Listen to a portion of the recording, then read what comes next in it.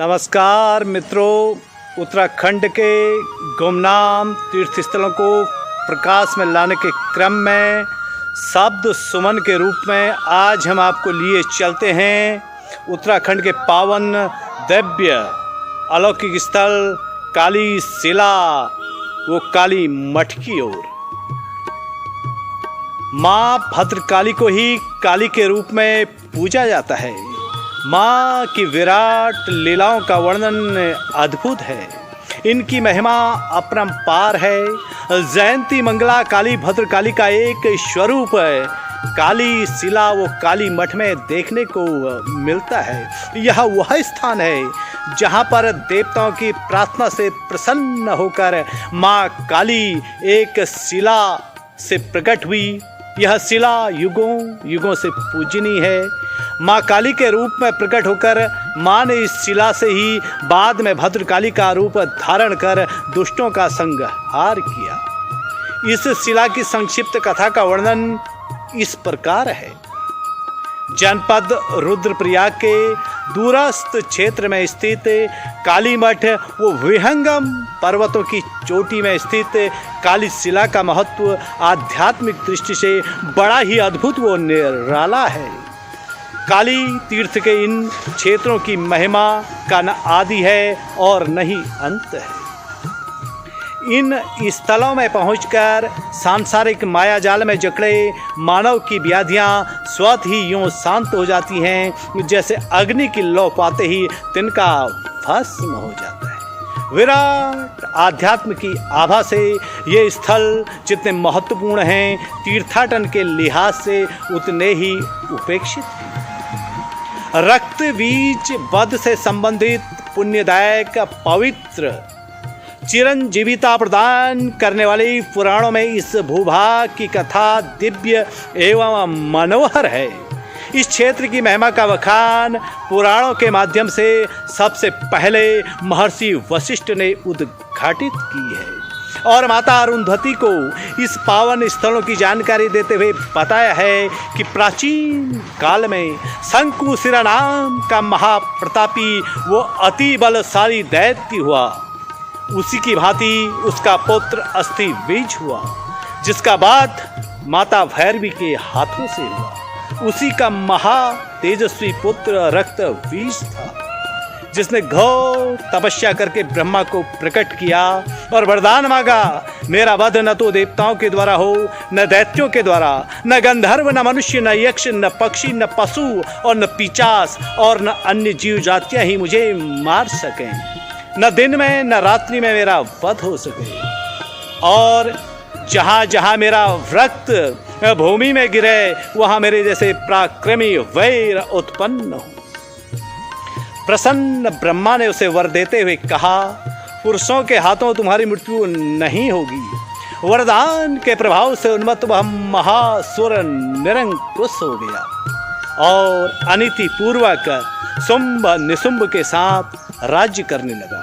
अपने बल के प्रभाव से उसने शंख कालनाभ व्रज शीर्ष महाहनु दुर्नेत्र रक्त वर्ण तीक्ष्ण दृष्ट वृषा कृति दुर्धर कोल नामक अनेक असुरों सहित महानाश्य वृष तेजा वृकुदर आदि दानवों को लेकर देवताओं पर धावा बोल दिया तथा उन्हें युद्ध में बुरी तरह परास्त कर डाला। भागकर देवताओं ने अलग अलग दिशाओं वो गुफाओं में शरण ली। इंद्र भी युद्ध भूमि से भाग निकली। इस तरह देवताओं के समस्त अधिकार छीनकर उनके अधिकारों का वह स्वयं उपयोग करने लगा। दर दर भटकते देवगण आखिर ब्रह्मा जी की शरण में गए। उनकी भांति भांति प्रकार से स्तुति करके उन्हें प्रसन्न किया। प्रसन्न ब्रह्मदेव रक्तबीज के वध का उपाय जानने के लिए देवताओं को लेकर भगवान विष्णु के पास गए। सभी ने मिलकर उनकी स्तुति की। प्रसन्न होकर भगवान विष्णु ने देवताओं से कहा, हे देवगणों, जो फरा एवं नित्य प्रकृति है, जो चराचर सहित संपूर्ण जगत की रचना करती है, उसी के अंशभूत हम देवगण हैं। न तो वह देवता है, न गंधर्व है, न राक्षस है, न पिशाच है, न नर है, न पशु आदि है। वह परा महामाया है। उसने ही महिषासुर को मारा था। उसकी कृपा से ही मेरे 2 शत्रु मधु और कैटभ मारे गए। उसी की कृपा से आपका मनोरथ सिद्ध होगा। इसलिए तुम भगवान शंकर की शरण लेकर माँ काली की आराधना करो। भगवान शंकर की शरण लेकर माँ कालिका की आराधना करो।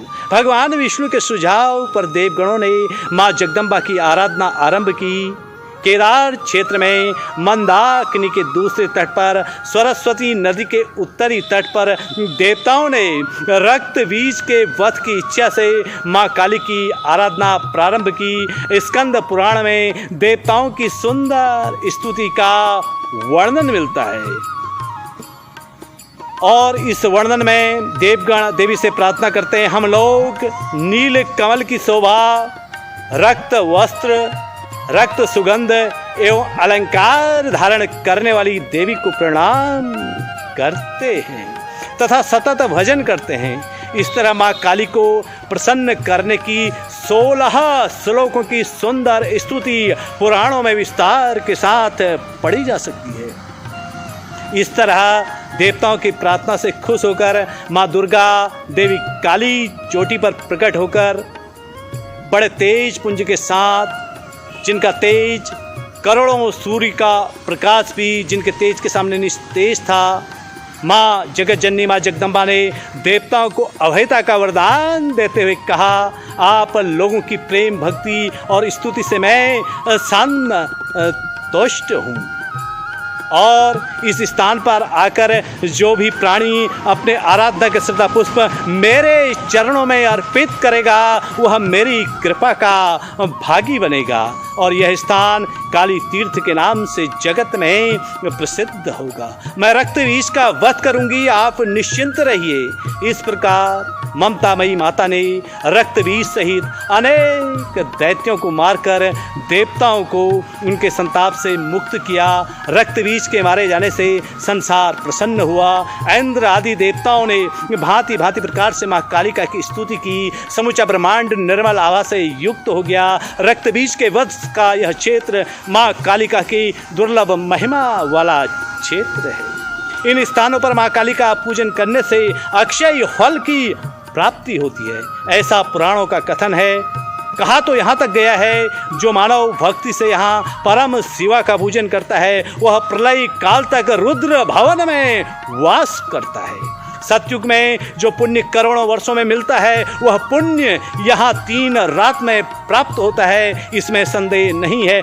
काली प्रतीक्षा फलदा पूजना तसणादपि, यह पुराणों का वाक्य है और काली तीर्थ का दर्शन मोक्ष को देने वाला कहा गया है। जो एक उड़द के बराबर सोना कालिका को समर्पित करता है वह कोटि फल को पाता है। जो अंश मात्र भूमि भी कालिका को दान करता है उसका विष्णु लोक से कभी पतन नहीं होता है। कुल मिलाकर इस स्थान पर दान का बड़ा महात्म्य है। इस अलौकिक स्थल की सबसे बड़ी बात यह है, जो गंध, अक्षत पुष्प तथा भांति भांति प्रकार से नैवेद्यों से कुमारी देवी का पूजन करता है वह समस्त सिद्धियों को पा जाता है। यह क्षेत्र परम गोपनीय क्षेत्र कहा गया है। यही वह स्थान है जहाँ ब्रह्मा आदि देवता सिद्धि को प्राप्त हुए थे। जो इस पावन भाग में पितरों देव ऋषियों का तर्पण करता है वह चराचर सहित संपूर्ण जगत का तर्पण कर लेता है। यहाँ की महामहिमा यह है कि जो देव गणों से घिरे हुए इस क्षेत्र में प्राणों को छोड़ता है उसके मरने पर काशी या गया में श्राद्ध की आवश्यकता नहीं होती है, उसका पुनर्जन्म नहीं होता है। सरस्वती वो इंदिवर नदी के तट पर किए जाने वाला स्थान सनातन मुक्ति को प्रदान करता है। काली क्षेत्र में स्थित महालिंग केदारनाथ से भी अधिक पुण्यदायक माना गया है। यहाँ पर शिव का पूजन करने वाले परम पद को पाता है। यह लिंग कालीश्वर के नाम से जगत में प्रसिद्ध है। पुराणों में काली क्षेत्र की अद्भुत महिमा गाई गई है। यह प्रत्यक्ष फलदायक स्थान माना गया है। यहाँ आज भी शंख ढोल मृदंग के शब्द सुनाई पड़ते हैं। माता अरुंधति को काली क्षेत्र की महिमा बताते हुए प्रभु श्री रामचंद्र जी के गुरु वशिष्ठ जी कहते हैं, कलयुग में मोक्ष दायिनी काली के बिना मनुष्य को सर्वथा भोग और मोक्ष देने वाला कोई नहीं है।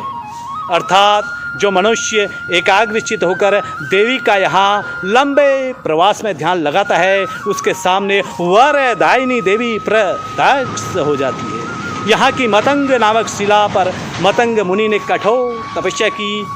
इस पावन स्थान पर दूर पर्वत पर रण चंडी महादेवी विराजमान हैं।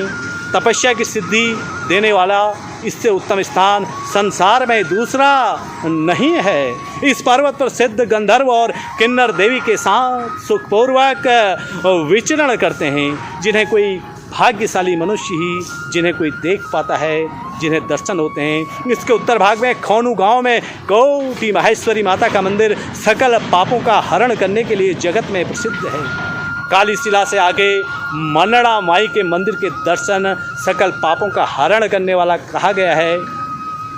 काली मठ से काली शिला को जाते समय रास्ते में भीम का चूल्हा पांडव कालीन याद को दर्शाता है। कुंजेठी का शिवालय शिव भक्तों के लिए अलौकिक सौगात है।